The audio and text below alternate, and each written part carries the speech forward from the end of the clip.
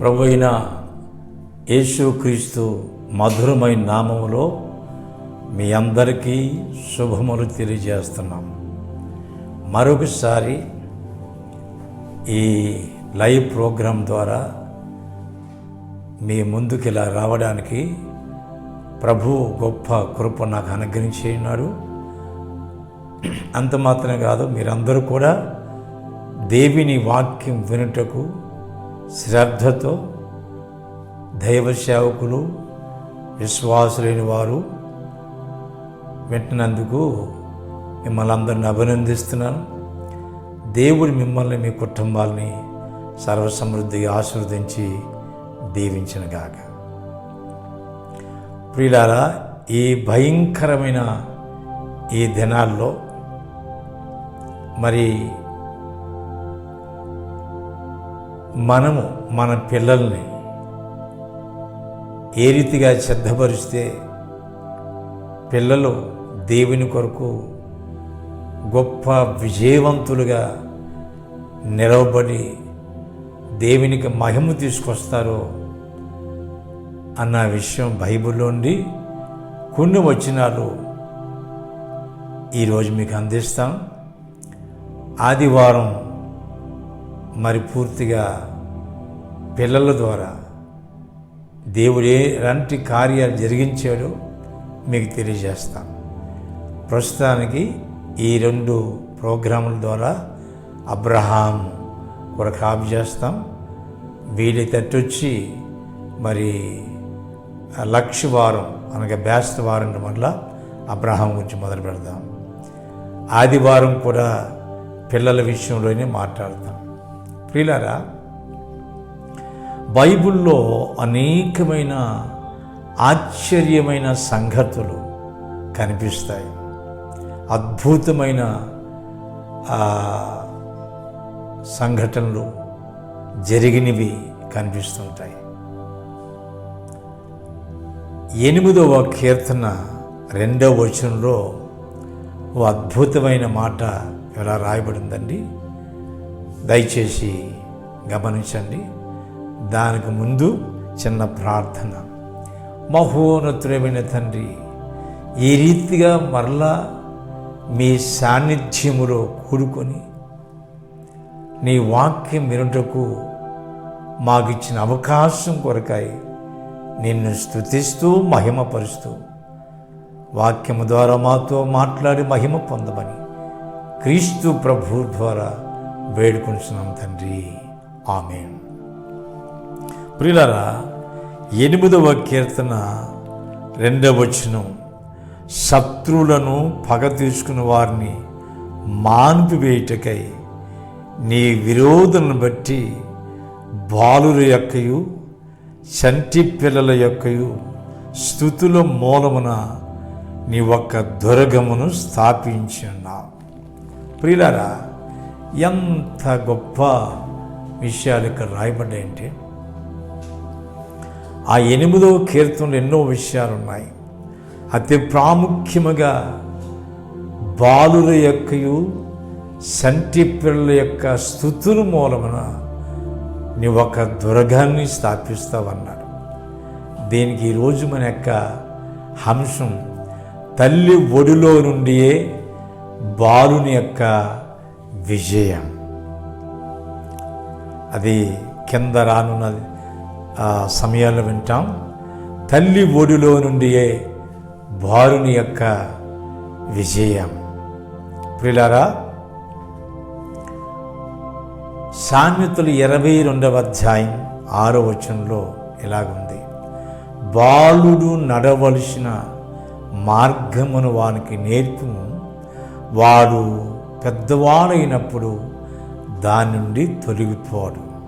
ప్రియులారా, అనేకమైన మంది తల్లిదండ్రులు వారి పిల్లల్ని గొప్ప యోధులుగా సిద్ధపరిచారు, గొప్ప విశ్వాస వీరులుగా సిద్ధపరిచారు, గొప్ప ప్రార్థన పరులుగా సిద్ధపరిచారు. మరొక మాట చెప్పాలంటే, సిలువేయబడిన క్రీస్తు నిమిత్తమై వారు హతసాక్షులైపోయిన వారిగా కూడా సిద్ధపరిచారు. అది చరిత్రలో అలాగనే ప్రపంచంలో ఉన్న అనేక మంది మిషనరీలు, దైవ సేవకులు, సువార్తకులు, వారి పేర్లు చెప్పాలంటే ఎన్నెన్ని పేర్లు చెప్పాలా.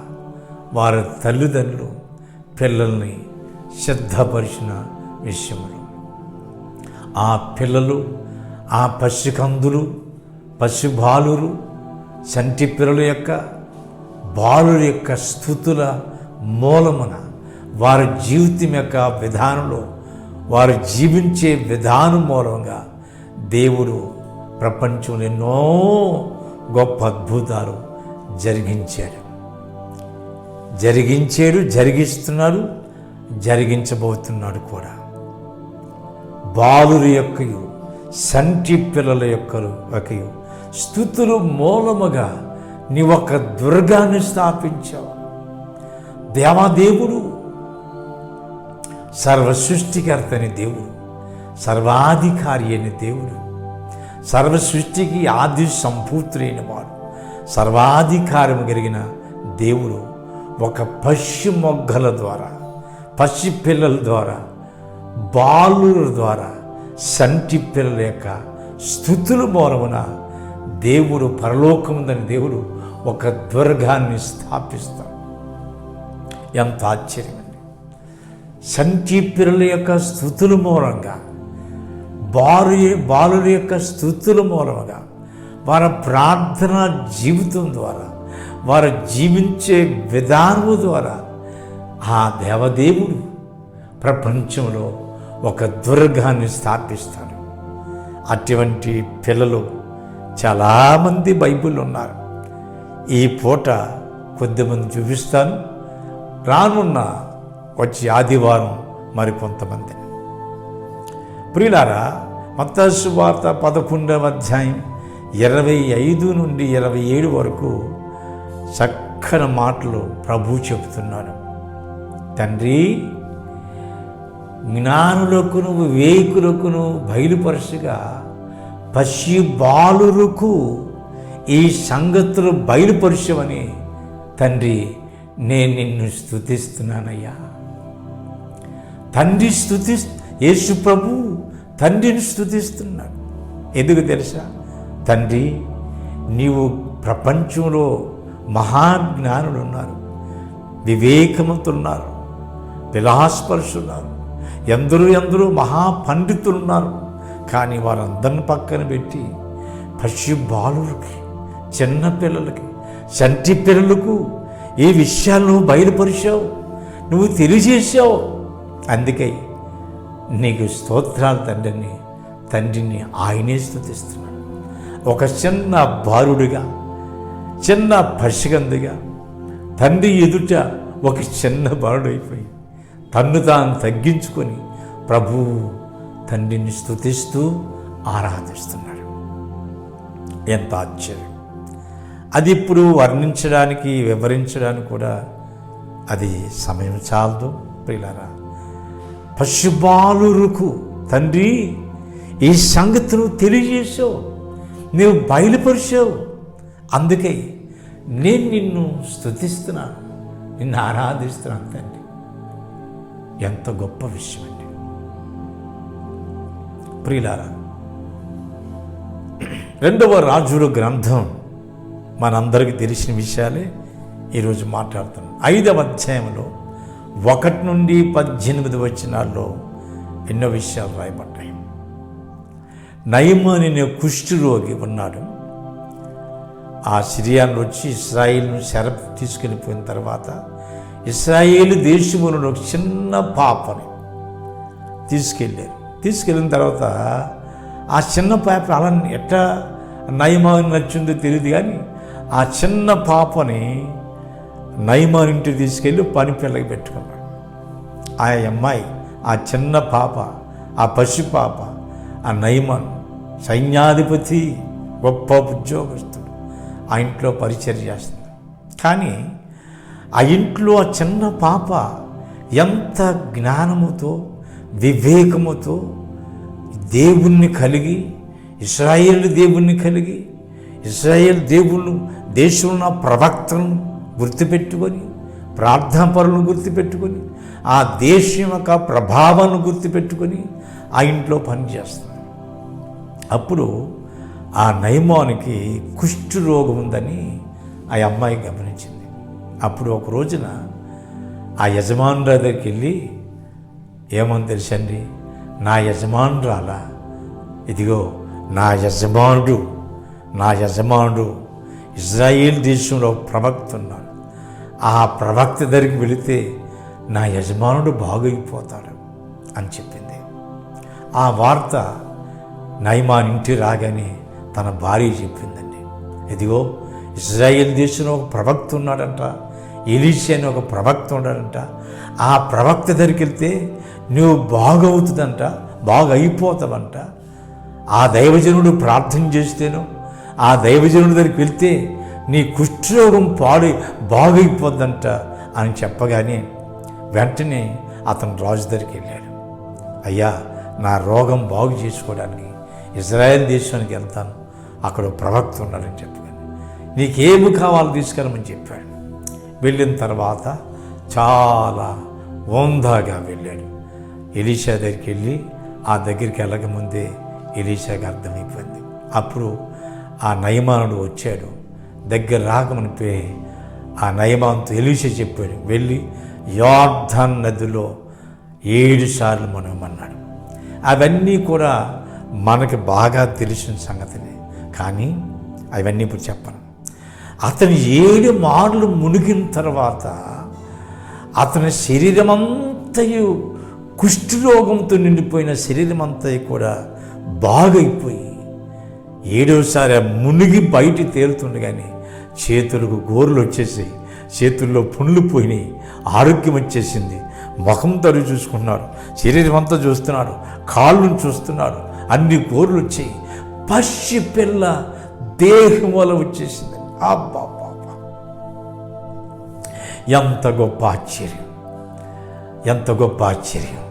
కుష్ఠరోగం ఆ నీళ్ళలో మునగడం మాత్రం ఎంత గొప్ప విషయం. ఆ నీళ్ళలో ఏమీ లేదు, దైవజనుడు దేవుని సేవకును దేవుని ద్వారా విన్న మాటను బట్టి దైవజనుడు చెప్పాడు, వెళ్ళు ఆ నీళ్ళలో యోర్దాను నదిలో 7 సార్లు మునగమన్నాడు. అంతేనండి, నీళ్ళలో ఏమీ లేదు ప్రియులారా.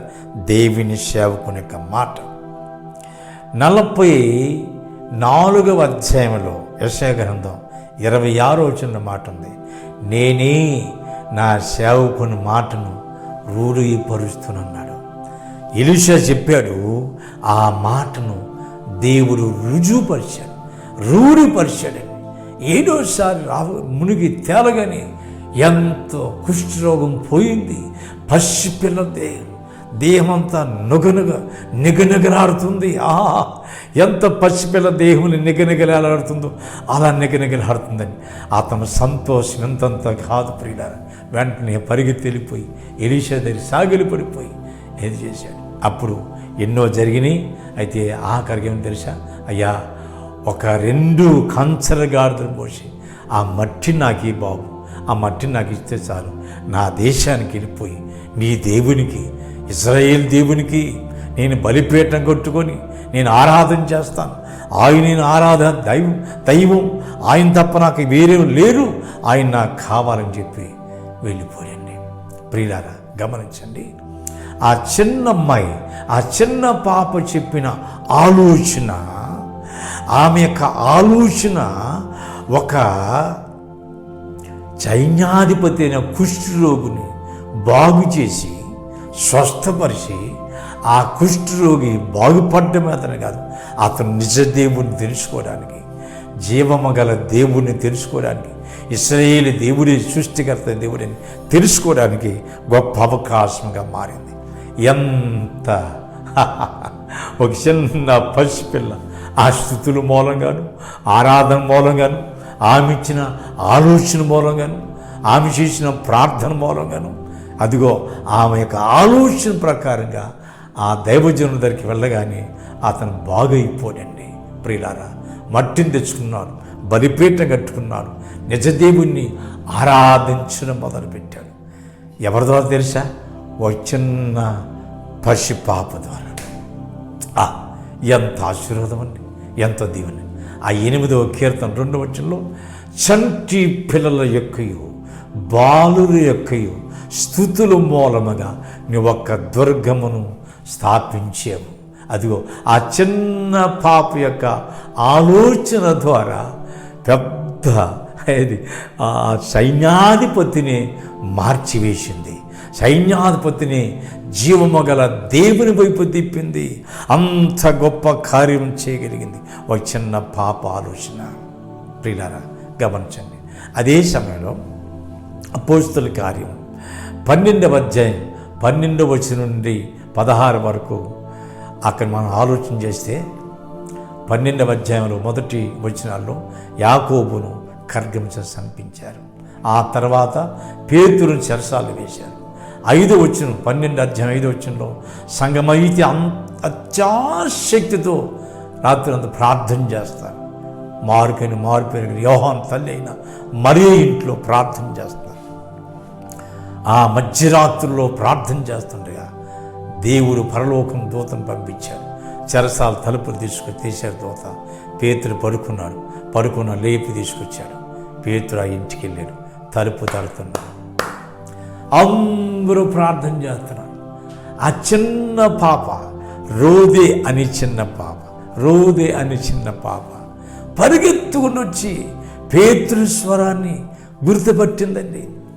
This is a Peter voice. This is a Peter voice. ఇది పేతురు స్వరం అని ఆమె గుర్తుపట్టింది. వెంటనే మన లోపల పరిగెత్తి వెళ్ళిపోయింది. పేతురు వచ్చేసాడు, మన ప్రార్థన దేవుడు ఆలకించాడు, అంగీకరించాడు. ఇదిగో పేతురు వచ్చాడని ఎంతో సంతోషంగా చెప్తుంటే వాళ్ళందరూ ఏమన్నారంటే, నీకు పిచ్చి పట్టిందా? పేతురు రావడం ఏంటి? చెరసాల్లో ఉంటే పేతురు వస్తాడా? నో అందరు చెప్తారు. లేదు, నేను చెప్తున్నాను, మన పేతురన్నయ్య వచ్చాడు. ఆమె నేను చెప్తున్నది నిజమని దృఢముగా చెప్తుందండి. అబ్బా పాప చిన్నదే కానీ ఆమె నమ్మింది, ఆమె విన్నది, ఆమె నమ్మింది దృఢముగా చెప్తుంది. ప్రియులారా మళ్ళీ ఆగండి, అవును కాదు మరొకసారి వెళ్ళి వస్తుందని చెప్పాలి. పేతురన్న నువ్వేనా మళ్ళీ చెప్పంటాను, వెళ్ళి తలుపు తీసి చెప్పాలి. నో పేతురే వచ్చాడు. I know Peter voice. నాకు పేతురన్న స్వరం నాకు తెలుసు, నాకు అర్థమైపోయింది. ఆయనే దృఢముగా సాక్ష్యం చెప్పింది. పాప చిన్నదే కానీ మాటలు ఎంత విశ్వాసంతో కూడిన మాటలు. పాప వయసు చిన్నదే, పాపను పిచ్చిదంటున్నారు అందరూ. నీకేం తెలుసు పిచ్చిదానా? నువ్వు చిన్న పాపము, నీకు ఆయన వాయిస్ ఏం తెలుసు? అంత పెద్ద దైవజనుడు వాయిస్ నీకు తెలుసా?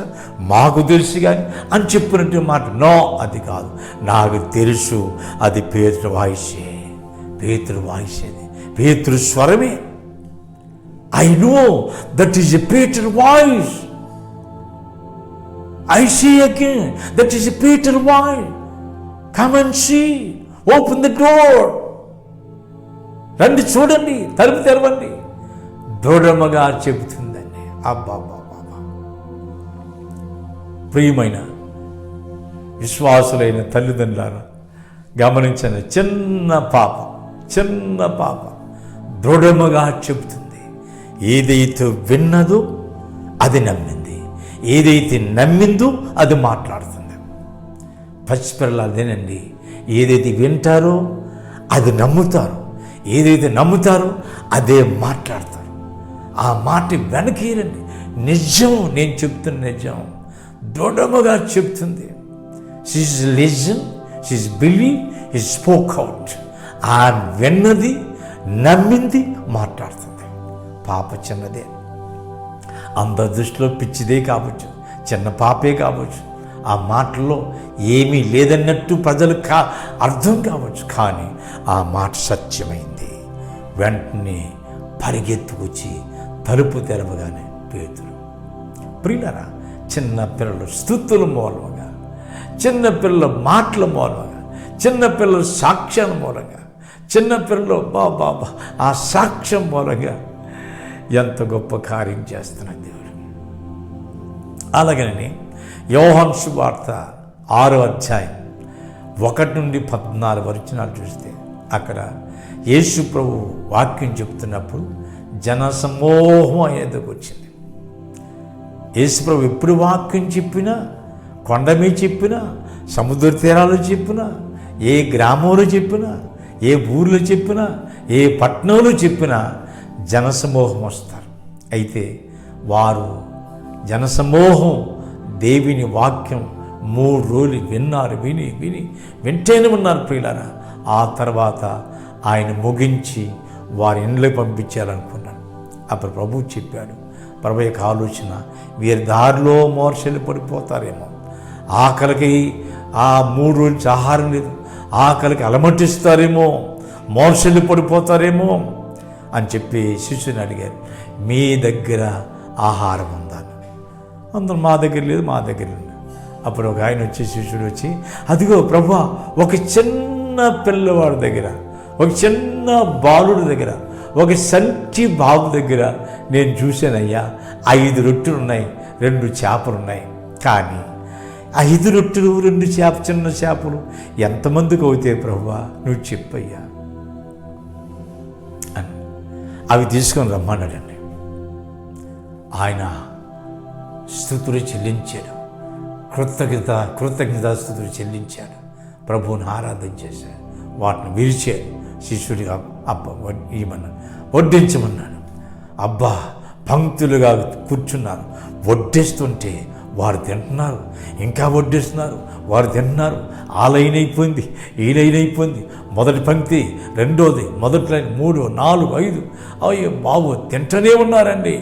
3 రోజులు ఆహారం లేదు కనుక భుజిస్తున్నారు. ఈ రొట్టెలు అయిపోలేదు, చేపలు అయిపోలేదు, ఈ రొట్టెలు అయిపోలేదు, చేపలు అయిపోలేదు ప్రియులారా. ఎంత ఆశ్చర్యం! వేల మంది భుజించగా ఇంకా రొట్టెలు మిగిలిపోయినాయి. ఎంత ఆశ్చర్యం! ఒక చిన్న పాపం. ఒకసారి కమ్యూనిస్ట్ దేశంలో ఒక కాన్ఫరెన్స్ జరిగింది. ఆ కాన్ఫరెన్స్కి డాక్టర్ బిల్లి గ్రహం గారు వెళ్ళారు. ఆ కాన్ఫరెన్స్ ఏంటంటే దేవుడు లేడు అని కాన్ఫరెన్స్. మొత్తానికి చివరి రోజున అన్నీ వచ్చాయి. ఆ చివరి రోజున ఒక లేచి అన్నాడు, ఇశ్రాయేలు ఎర్ర సముద్రంలో నడిచి వెళ్ళారు, అది పెద్ద విశేషమా? మోకాలు లోతు నీళ్ళుంటాయి, అవి మోకాలు లోతు నీళ్ళలో నడిచడం పెద్ద విశేషం కాదన్న, పెద్ద విశేషం అన్నాడు. అవును, విశేషం కాదని బిల్లి గ్రహం అన్నారు. రెండోదిగా ఆ చిన్న బాలుడు 5 రొట్టెలు 2 చిన్న చేపలు తెచ్చాడు. ఆ రొట్టెలు ఏంటంటే పెద్ద పర్వతాలంటి రొట్టెలు కనుక అంత పర్వతాలంటి రొట్టెలు తీసుకొస్తే విరిచి పంచి పెడితే మిగలాపోతే ఏం చేస్తాయి అన్నాడు. బిల్లి గ్రహం గారు అన్నారు, అవును నిజమే అన్నాడు. ఆ తర్వాత ఆయన నవ్వుకుంటూ ఏమి జవాబు చెప్పాడంటే, నాకు ఆశ్చర్యం ఏమిటంటే ఇశ్రాయేలు జనాంగమంతయు కూడా ఆ మోకాల్లోతు నీళ్ళలో నడిచి వెళ్ళడం పెద్ద విడ్డూరం కాదు, ఆశ్చర్యం కాదు. కానీ నాకు ఆశ్చర్యం ఏమిటంటే ఆ మోకాల్లోతు నీళ్ళలో ఐగుప్తు దేశం యొక్క రథాలు, రౌతులు, గుర్రాలు, సైనికులు, సైన్యాధిపతులు మునిగిపోయి చచ్చిపోయారంటే నాకు ఆశ్చర్యం అన్నాడు. మోకాల్లోతు నీళ్ళలో గుర్రాలు మునిగిపోవడం, రథాలు మునిగిపోవడం, రౌతులు మునిగిపోవడం, సైనికులు మునిగిపోవడం, సైన్యాధిపతులు మునిగిపోవడం నాకు ఆశ్చర్యం అనిపిస్తుంది అన్నాడు ఆయన నవ్వుతూ. సరే, రెండో మాట అన్నాడు. పిల్లరా, రెండో మాట ఏంటంటే, అవును నిజమే, ఆ చిన్నపిల్లవాడు పర్వతాల లాంటి రొట్టెలు తీసుకొస్తే ప్రజలు పంచిపెడితే ఆ పర్వతాలను రొట్టెలు 2 చిన్న చేపలు ప్రజలు తినగా ఇంకా తిని మిగలుగా ఇంకా మిగిలిపోయింటే ఆశ్చర్యం లేదు. కానీ నాకు ఆశ్చర్యం ఏంటంటే ఆ చిన్న బాలుడు, ఆ సంటి బాలుడు, చిన్న పిల్లవాడు పర్వతాల లాంటి రొట్టెలు 5 పర్వతాలను రొట్టెలు తీసుకురాడు, మోసుకురాడు, నాకెంతో ఆశ్చర్యమవుతుంది అన్నాడండి. ప్రియులారు వెంటనే చిగ్గుపడిపోయారు. ప్రియులారు అర్థమైందా?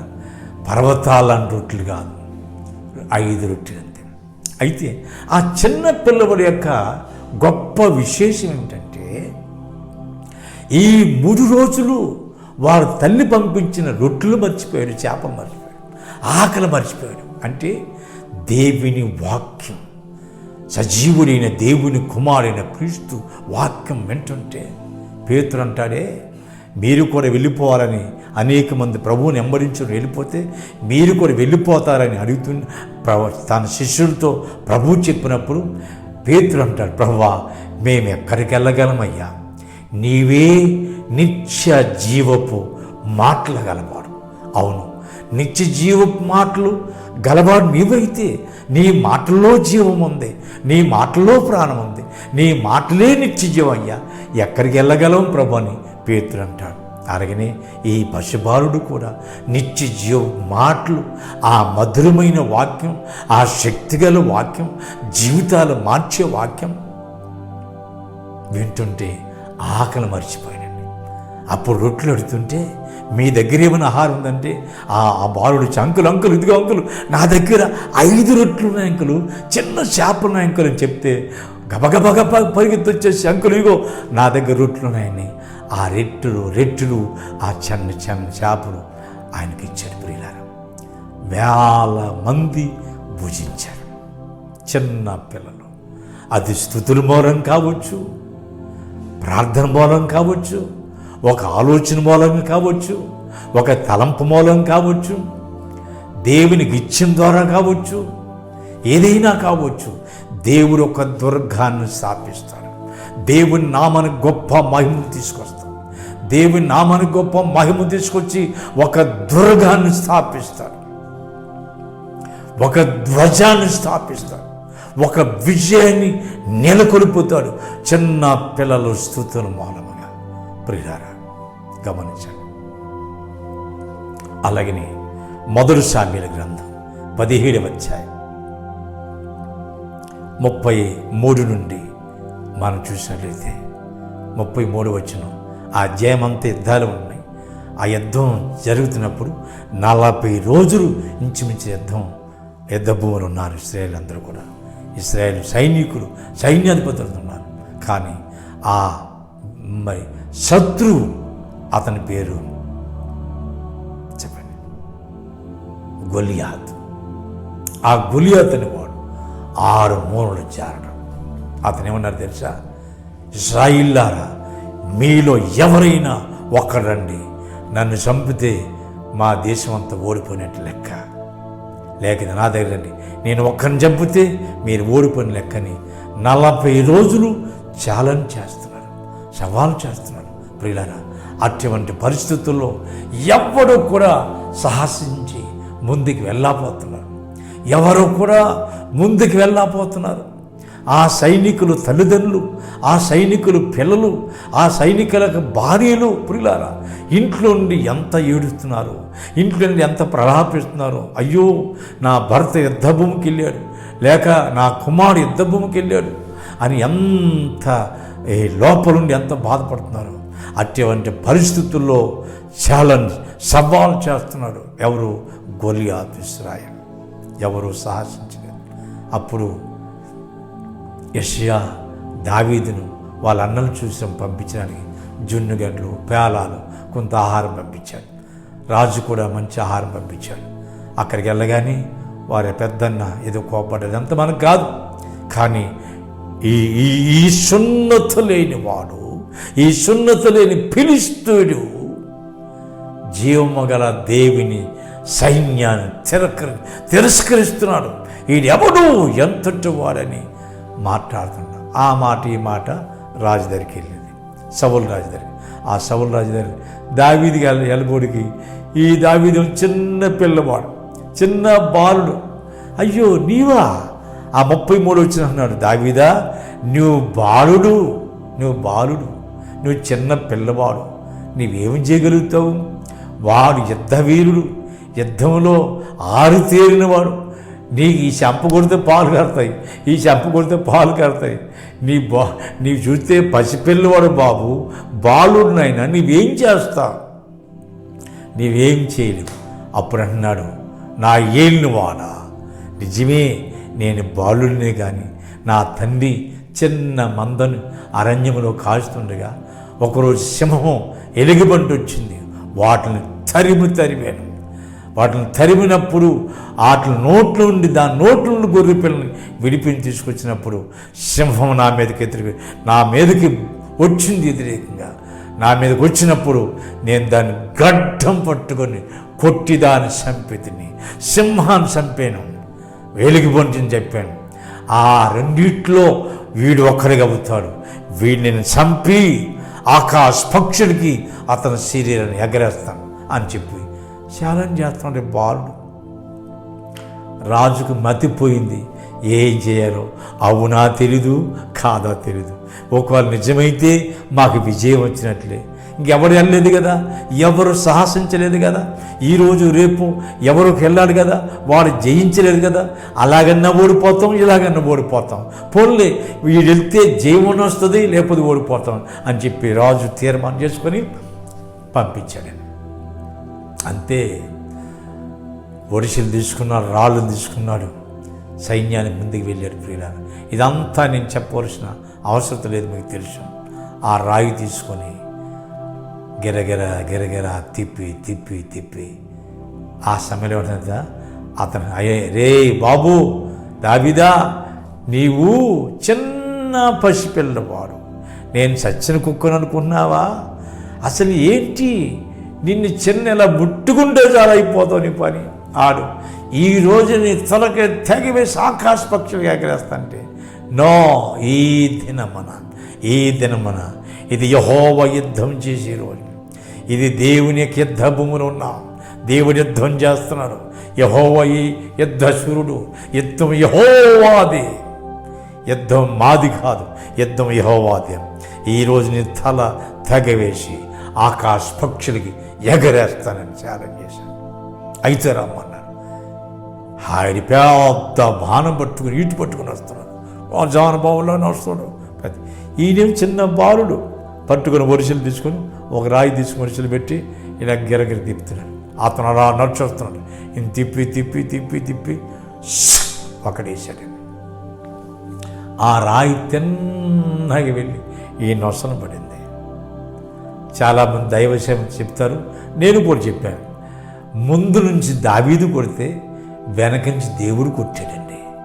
ఆ రెండు దెబ్బలకి మనవాడు తల తిరిగిపోయి ఆ రాయేమో నొసలు పడినప్పుడు వెనక పడాలి కానీ బోర్లు పడ్డాడు. కారణం తెలుసా? ముందు దావీదు కొట్టాడు, వెనకని దేవుడు కొట్టాడు. ఆ దేవుని దెబ్బకి బోర్ల పడిపోయాడు. ప్రియులారా, ఇక్కడ గమనించవలసింది ఏమిటంటే, బాలుడు సబులు అన్నాడు, నువ్వు బాలుడు, నీవేమి చేయగలవు? ప్రియులారా, దావీదు బాలుడే కానీ, పసిపిల్లవాడే కానీ, పోనీ బాలుడే కావచ్చు. దేవుని వాక్యం చెప్తుంది, తెలుసా మీకు? ఏం చెప్తుంది? చంటి పిల్లల యొక్కయు బాలుల యొక్కయు స్తుతుల మూలముగా వారి మాటలు, వారి ప్రార్థన, వారి ఆరాధన, వారి స్తుతులు, వారి ఆలోచన, వారి గైడెన్స్, వారి పనులు, వారు ఇవ్వడం, దాని ద్వారా నేను ఒక దుర్గాన్ని స్థాపిస్తాను. 22వ కీర్తనలో ఒక మాట ఉంది. 22వ కీర్తన. తల్లిదండ్రులారా, దయచేసి ఈ మాట మీరు అండర్లైన్ చేసుకుని చదివితే బాగుంటుంది. 22వ కీర్తన నేను చదువుతున్నాను. 22వ అధ్యాయం 9వ వచనం. గర్భము నుండి నన్ను తీసిన వాడు నీవే కదా, నేను నా తల్లి యొద్ద స్తన్యపానము చేయుచుండగా నీవే కదా నాకు నమ్మిక పుట్టించితివి. నేను నా తల్లి పాలు తాగుచుండగా, నా తల్లి ఆ స్తన్యం నేను కురుస్తుండగా, నేను పాలు తాగుచుండగా, నా తల్లి పాలుస్తూ నేను పశుగందుగా ఉన్నప్పుడు పాలుస్తూ ఆ దేవుని మాటలు చెప్పేది. అవి నా మనసులో వెళ్ళిపోయి అవి నాకు దేవుని నమ్మిక పుట్టించేయి, నమ్మిక కలుగు చేసేయి, నాకు విశ్వాసాన్ని పెంచేయి. నా తల్లి నేను గర్భంలో ఉన్నప్పుడే నా తల్లి నాతో మాట్లాడింది. ఆ మాటలు ప్రియులారా, యోహాను 6 నెలలు ఉన్నప్పుడు, గర్భంలో 6 నెలలు ఉన్నప్పుడు ఏం జరిగింది తెలుసా మీకు? మరియా వచ్చింది, వందనం చేసింది. ఆ వందనం వచ్చిన వినగానే ఎలిషబెత్ గర్భంలో ఉన్న శిశువు అని యోహాను గంతులు వేశాడు. యోహాను అప్పుడు 6 నెలల నుంచి మించులో పొనిక ఎక్కువ తక్కువ ఆ శిశువు గంతులు వేస్తున్నాడు. అర్థమైందా? మరియా మాట వినగానే, వందనం వచ్చి వినగానే ఎలిషబెత్ యొక్క గర్భంలో శిశువు గంతులు వేస్తున్నాడు. ప్రియులారా, గంతులు వేస్తున్నాడు. అవును, ఈ రోజున నీ జీవితం కూడా అంతే, గంతులు వేస్తున్నాడు. ఆ దినముల యందు మరియాలు ఈసియోదయ ప్రదేశంలో కొండసీమలను ఒక ఊరికి త్వరగా వెళ్ళి జకర్యా ఇంట్లో ప్రవేశించి ఎలిషబెత్ వందనం చేశాను. ఎలిషబెత్ వందనం వినగానే ఆమె గర్భంలో శిశువు గంతులు వేశాను. అబ్బా బాబా, ఆమె గర్భంలో శిశువు గంతులు వేసిందండి, గంతులు వేసింది. ఇదిగో 1:26 6వ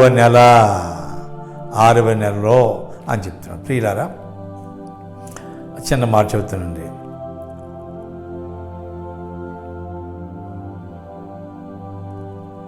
ఓ మై గాడ్, లూకా సువార్త 1వ అధ్యాయంలో ఈ మాట చెప్తున్నాడు. ఆమె గొడ్ర అయితే ఆ మరియ ఇప్పుడు గర్భవతి, ఎలిషబెత్ గర్భవతుంది. మరియా నువ్వు వెళ్ళు అని చెప్పగానే మరియా వెళ్ళి ఎలిషబెత్ వందనం చేయగానే ఆ వందనం వచ్చిన వినగానే ఎలిషబెత్ గర్భం ఉన్న చిన్న శిశువు పసిముద్ద లాంటి వాడు గంతులు వేస్తున్నాడు.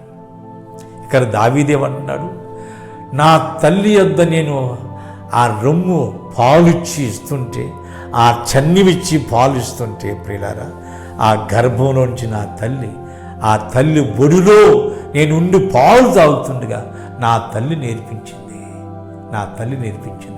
నా తల్లి దేవుని గురించి మాట్లాడింది. అప్పుడు ఆయన యందు నాకు నమ్మకం కుదిరింది, ఆయన యందు నాకు విశ్వాసం కుదిరింది. అందుకే రాజా, నేను బాలున్నే కానీ నేను గోలియాతును హతమారుస్తాను. నేను బాలుణ్ణి, నాకు తెలుసు. నా తల్లి పాలిస్తూ, తన తన్యమిచ్చి పాలిస్తూ నాతో మాట్లాడింది. దేవుడు ఎటువంటి వాడో, ఇశ్రాయేల్ దేవుడు ఎటువంటి వాడో నాతో మాట్లాడింది. ఆ రోజే నేను నేర్చుకున్నాను, నా దేవుడు సజీవుడు, ఇశ్రాయేల్ పక్షముగా యుద్ధం చేయబడని నాకు తెలుసు. అప్పుడే నాకు తెలుసు ఇశ్రాయేల్కి ఎప్పుడు జయమిస్తాడని నాకు తెలుసు. ప్రియులారా, గమనించండి, దావీదు తల్లి పాలిస్తూ నేర్పించిందండి. ప్రియా విశ్వాసులారా, క్రైస్తవ తల్లిదండ్రులారా, మీ పిల్లలకి నేర్పించండి, భార్య నుంచి నేర్పించండి. నేను ఎందుకు ఈ వాక్యం చెప్పడానికి ప్రేరేపించబడ్డానంటే, ప్రభువు చెప్పాడు మత్తయి సువార్త 11:25-27 జ్ఞానులకును వివేకులకును బయలుపరచలేదు కానీ పశుబాలులకు బయలుపరిచవయ్యా. అందుకు నేను స్తుతిస్తున్నాను తండ్రిని ప్రభువు స్తుతించాడు. ప్రియులారా, ఇశ్రాయేలు దేశంలో ఉన్న చిన్న ఆలోచన చెప్పగానే ఒక సైన్యాధిపతి జీవితం మార్పు చెందింది, దేవుని వైపు తిరిగాడు. ఒక చిన్న పిల్లవాడు రొట్టెలు ఇవ్వగానే వేలాది మంది పోషించబడ్డారు. ఒక చిన్న రోదిని చిన్న అమ్మాయి గొప్ప నూనె తీసుకొచ్చింది, పేతురు వచ్చాడని. ఇదిగో బాలుడైన సామ్యేలు ఒక దేశానికి గొప్ప విజయ పతాకని ఎగరేశాడండి. 1 సామ్యేలు గ్రంథంలో 17వ అధ్యాయం 47 నుండి 52 వరకు చూస్తే ఇశ్రాయేల్ అందరూ జయం జయం జయము జయమని చెప్పి ఆ యుద్ధ భూమిలో జయమని కేకని, విజయ పతాకని, విజయ ధ్వని చేస్తున్నారు. విజయ పతాకాన్ని ఎగరేశారు. గొప్ప విజయ పతాకాన్ని ఎగరేశారు. గొప్ప ధ్వజం నిలబెట్టారు. దేవుని స్తోత్రం. విజయ పతాకం, విజయ పతాకం ఇశ్రాయేలు పక్షంగా రెపరెపలాడుతూ ఎగురుతుంది. ప్రియులారా, గొప్ప విజయ పతాకం ఎగురుతుంది. 18వ అధ్యాయంలో 6-7 వచనాల్లో ఇశ్రాయేల్ దేశంలో ఊర్లో గ్రామాల్లో ఎక్కడెక్కడ స్త్రీలందరూ కూడా తంబురలు వచ్చి తెచ్చుకొని తంబురలు వాయిస్తూ నాట్యములతో సవులు 1000 కొలదిని, దావీదు 10,000 కొలదిని హతమార్చరని జయ కీర్తనలు పాడుతున్న విజయ పతాకాలు. ప్రతి ఊరు నుంచి విజయ పతాకాలు వస్తున్నాయి. యుద్ధ భూమిలో విజయ పతాకం, ప్రతి ఊర్లో విజయ పతాకం, ప్రతి గ్రామంలో విజయ పతాకాలు ఎగరేస్తూ స్తుతి పాటలు పాడుతూ నాట్యములు ఆడుకుంటూ వస్తున్నారు. ప్రియులారా, ఏ ఊర్లో చూసినా విజయ పతాకం. ఇశ్రాయేల్ దేశం అంతట్లో ఏ పట్టణంలో చూసినా, ఏ ఊర్లో చూసినా, ఏ గ్రామంలో చూసినా, ఏ వీధుల్లో చూసినా విజయ పతాకాలు రెపరెపలాడుతున్నాయి. హల్లెలూయా. చిన్న బాలుడు కానీ ఒక విజయ స్తంభాన్ని, విజయ పతాకాన్ని ఎగరేయడానికి కారకుడయ్యాడు.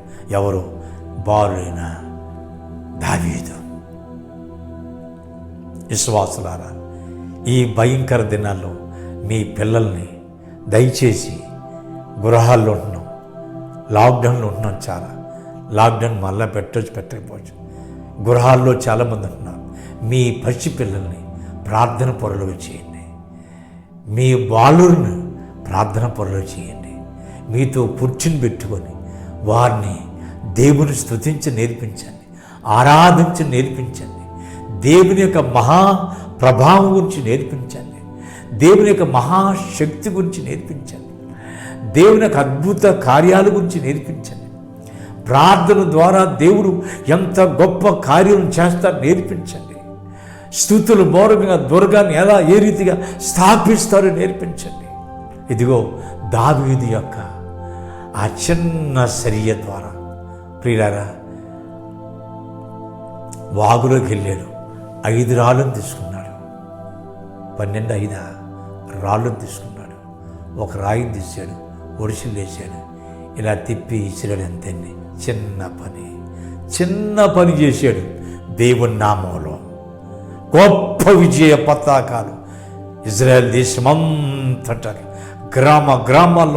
గ్రామాల్లో ఏ వీధులు చూసిన తంబూరులతో, పాటలతో, నాట్యాలతో, సంబరాలతో ఊరేగుతున్నారు. ప్రియులారా, ఒక బాలుడి చిన్న చర్య ద్వారా, చిన్న పని ద్వారా ఎంత విజయ పతాకాలు ఎగరేయబడుతున్నాయి. యుద్ధ భూమిలో విజయ పతాకం, ఇజ్రాయెల్ జెండా రెపరెపలాడుతుంది. ప్రియులారా, ఎంత సంబరం! సైనికుల్లో ఆనందం, సైన్యాధిపతులు ఆనందం, రాజుంట్లో ఆనందం, ఇజ్రాయిల్ ఆనందం, ఇజ్రాయెల్ దేశం ఆనందం. గ్రామాల్లో దేశమంతట్లో ప్రతి గ్రామంలో, ప్రతి ఊర్లో ప్రతి ఊర్లో, ప్రతి పట్టణాల్లో ఎంత సంతోషం అండి! అంత సంతోషం కలగడానికి కారణం ఎవరు? ఒక చిన్న బాలుడు కదా. ప్రియులారా, విశ్వాసులారా, ఓ మాట చదువుతుంది వినండి. 18వ అధ్యాయం 1 సామ్యుయేలు గ్రంథం 6-7 వచనాలు. దావీదు ఫిలిష్తీయులను హతం చేసి తిరిగి వచ్చినప్పుడు ఇశ్రాయేలు ఇశ్రాయేలీల ఊర్లన్నిటిలో నుండి తంబురులతోనూ, సంభ్రమంతోనూ, వాయిద్యములతోనూ పాడుచు, నాట్యం ఆడుచు రాజైన సౌలును ఎదుర్కొనుటకై వచ్చిరి. ఆ స్త్రీలు గాన ప్రతిగానమును చేయుచు ఉండిరి. సౌలు 1000 కొలదిని, దావీదు 10,000 కొలదిని శత్రును హతమార్చినని కేకలి వేస్తున్నారు. ప్రియులారా, మళ్ళా చదవండి. ఆ స్త్రీలు గాన ప్రతిగానమును చేయుచుండిరి. ఏం పట్టుకోనండి ఊర్లన్నిట్లోనూ వచ్చి తంబురులతోనూ సంభ్రములతోనూ వాయిద్యములతోనూ పాటలు పాడుచు నాట్యం ఆడుతూ ప్రియులారా ఊర్లన్నిట్లోండి గ్రామాలన్నిటిలోండి స్త్రీలు బయలుదేరిపోయారు. తంబురులు చిత్తారు పట్టుకుని నాట్యాలు బాబు సంబరాలు సంతోషాలు విజయ పతాకాలు ఎగిరించుకుని జయం జయం జయం అనుకుంటూ ఓ మై గాడ్. ఒక చిన్న బాలుడైన దావీదు ద్వారా తన తల్లి 22వ కీర్తన 9వ వచనంలో ధన్యమిస్తూ పాలుచ్చు చెప్తే, బాబు దావీదా నువ్వు చిన్నవాడవయ్యా, నువ్వు చిన్నవాడు, పర్లేదు, దేవుడు నీతో ఉన్నాడు, గొప్ప జయశాలని దేవుడు, ఇశ్రాయేలు దేవుడు, సృష్టికర్త దేవుడు నీతో ఉన్నాడు బాబు. నీవెక్కడికి వెళ్ళినా దేవుడిని వెంట ఉంటాడు. ఆయన దేవుడిగా తండ్రిగా దేవుడు ఉంటాడు.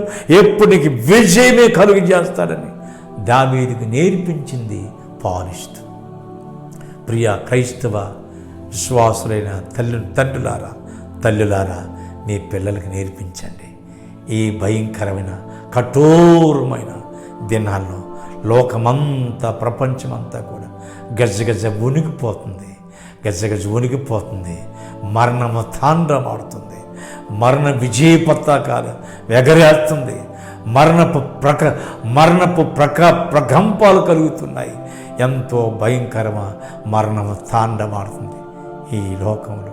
ఇటువంటి పరిస్థితుల్లో విశ్వాసులైన తల్లిదండ్రులను మీ పశుబాలుడికి, మీ పిల్లలకి, మీ బాలులకి, మీ సంటి పిల్లలకి నేర్పించండి ప్రార్థన. స్తుతి ఆరాధన నేర్పించండి. స్తుతులు నేర్పించండి. ప్రార్థన నేర్పించండి. దేవుని కొరకే ప్రార్థించి నేర్పించండి.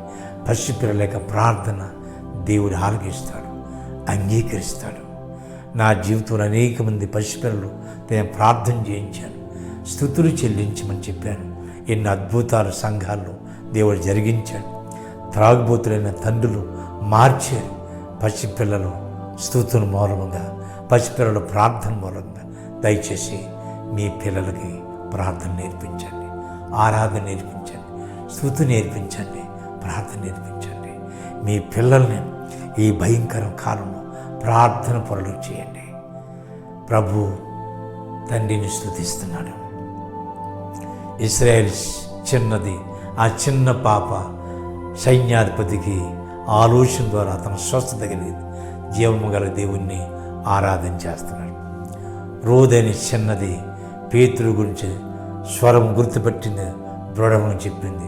తలుపు తీశారు, పేతురుని చూడగలిగారు, ఆనందించారు. చిన్న పసివాడు 5 రొట్టెలు 2 చేపలు ప్రభు చేతుల్లో పెట్టేశాడండి. వేల మంది తినగా ఇంకా మిగిలిపోయి దేవుని నామానికి గొప్ప భయము తీసుకొచ్చాడు. దావీదు పసిబాలుడే. ఇశ్రాయేలు భయపడిపోయి వణుకుతూ వారి స్థలాల్లో దాగున్నారు. స్త్రీలు గృహాల్లో దాగున్నారు. స్త్రీలు భయముతో ఆందోళనవుతున్నారు. అటువంటి పరిస్థితుల్లో బాలుడైన దావీదు ద్వారా గొప్ప విజయం కలుగు చేసిన ద్వారా విజయ పతాకాన్ని ఇజ్రాయెల్ దేశంలో ఎగరేయడానికి కారకుడయ్యాడు. ఇజ్రాయెల్ దేశానికి విజయాన్ని తీసుకొచ్చాడు. ఇజ్రాయెల్ దేశంలో ఒక విజయ ధ్వజము నిలబెట్టగలిగాడు. ఒక ధ్వజాన్ని నిలబెట్టగలిగాడు.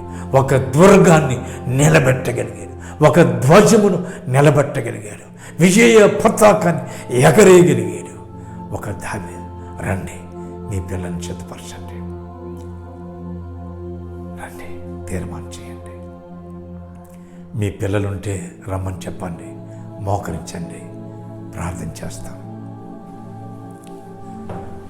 మహా పరిశుద్ధుడైన తండ్రి, దేవా, 8వ కీర్తన 2వ వచనం ద్వారా మాతో మాట్లాడవయ్యా. బాలుల యొక్క సంటి పిల్లల యొక్క స్తుతులు మూలముగా నీవు ఒక దుర్గాన్ని స్థాపిస్తున్నావు. ఇశ్రాయేల్ దేశంలో చిన్నది, ఆ చిన్న పాప ద్వారా ఒక సైన్యాధిపతి స్వస్థత పొందడమే కాదు, జీవము గల దేవా, నిన్ను అంగీకరించడానికి సహాయం చేశావు. అలాగే నీ ప్రభువా తండ్రి, ఆ రోదని చిన్నది ద్వారా పేతురు చూడగలిగారు. ఆ చిన్న బాలుడి ద్వారా వేల మందికి ఆహారం దొరికింది. చిన్న బాలుడైన దావీదు ద్వారా ఇశ్రాయేల్ దేశానికి విజయ పతాకాన్ని ఎగరేసే అవకాశం, విజయధ్వనం చేయడానికి, విజయ ధ్వజాన్ని ఎత్తడానికి, దుర్గాన్ని స్థాపించడానికి, విజయ ధ్వజమును స్థాపించి నిలవబెట్టడానికి, విజయ పతాకాన్ని ఎగరేయడానికి, వీధుల్లో గ్రామాల్లో విజయ ఉత్సాహాలతో ఊరేగడానికి, సంబరాలతో, సంతోషంతో, నాట్యములతో ప్రభువా నిన్ను స్తుతించి ఆరాధించడానికి ఆ బాలుడు కారణమైనట్టుగా ఇదిగో అనేక మంది ప్రియులు నీ వాక్యం విని వారు సమర్పించుకుంటున్నారు. పిల్లలను సిద్ధపరుస్తున్నారు. ఆరాధించువారుగా, స్తుతించువారుగా, ప్రార్థించువారుగా, సాక్షులుగా సిద్ధపరుస్తున్నారు. అటువంటి తల్లిదండ్రులు బట్టి నీ స్తోత్రాలు. పిల్లలను కూడా సిద్ధపరచండి. దైవ సేవకులను, విశ్వాసులను, సంఘాలను అందరినీ, ప్రపంచం సంఘాన్ని, విశ్వాసం, సేవకులను అందరినీ మీ చేతులుగా అప్పగించుకుంటూ క్రీస్తు ప్రభు ద్వారా వేడుకుంటున్నాం తండ్రి. ఆమేన్. ప్రభు అయిన యేసుక్రీస్తు వారి కృపయు, తండ్రి అయిన దేవుని ప్రేమయు, పరిశుద్ధాత్మిక అన్యోన్య సహవాసం మీ అందరికీ ఇప్పుడు ఎల్లప్పుడూ సదాకాలం తోడే నడిపించును గాక. ఆమేన్. Praise the Lord. అందరికీ దయచేసి దేవుని వాక్యాన్ని, ఈ ప్రోగ్రాం సబ్స్క్రైబ్ చేసుకోండి, లైక్ చేయండి, వేరే వాళ్ళకి పంపించండి, ఇంకా అనేకులను వినడానికి చెప్పండి. మళ్ళా వచ్చే వారం ఇదే సమయాన్ని 5 గంటలు మనం కూడుకుంటాం. దానికి ముందు ఆదివారం కూడా ప్రతి ఆదివారం సాయంత్రం 5 గంటలకి, ప్రతి లక్షవారం, గురువారం, థర్స్డే 5 గంటలు మనం కూడుకుంటాం. ప్రియులారా తప్పనిసరి మీరు సబ్స్క్రైబ్ చేసుకోండి, వేరే కూడా చేయమని చెప్పండి, లైక్ చేయండి, వేరే కూడా మీ లింక్ పంపించండి. God bless you. ఫోన్ చేయండి ఏమని ఉంటే. రైట్.